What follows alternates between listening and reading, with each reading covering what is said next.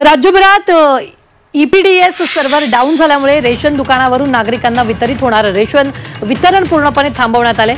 E-POS machine वारंवार बंद पडत असल्यामुळे नागरिकांना रेशन वितरित करण्यात दुकानदारांना अडचणी निर्माण होत आहेत। तर ई-पॉस मशीनचा वापर न करता धान्य वितरित करण्यात यावं अशी मागणी नागरिकांनी केलेली आहे।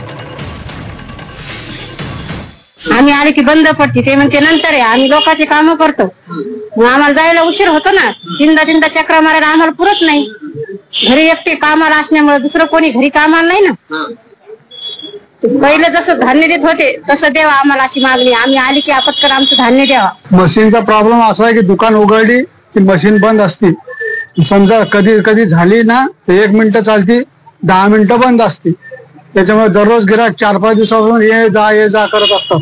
दररोज वाद होत असतो गिरायकाचा आणि दुकानदाराबद्दल। साधारणपणे 1-2 दिवसामध्ये होईल असं त्यांनी मला 11 तारखेला सांगितलं होतं। आज किंवा उद्याचं सॉल्व्ह होऊन जाईल।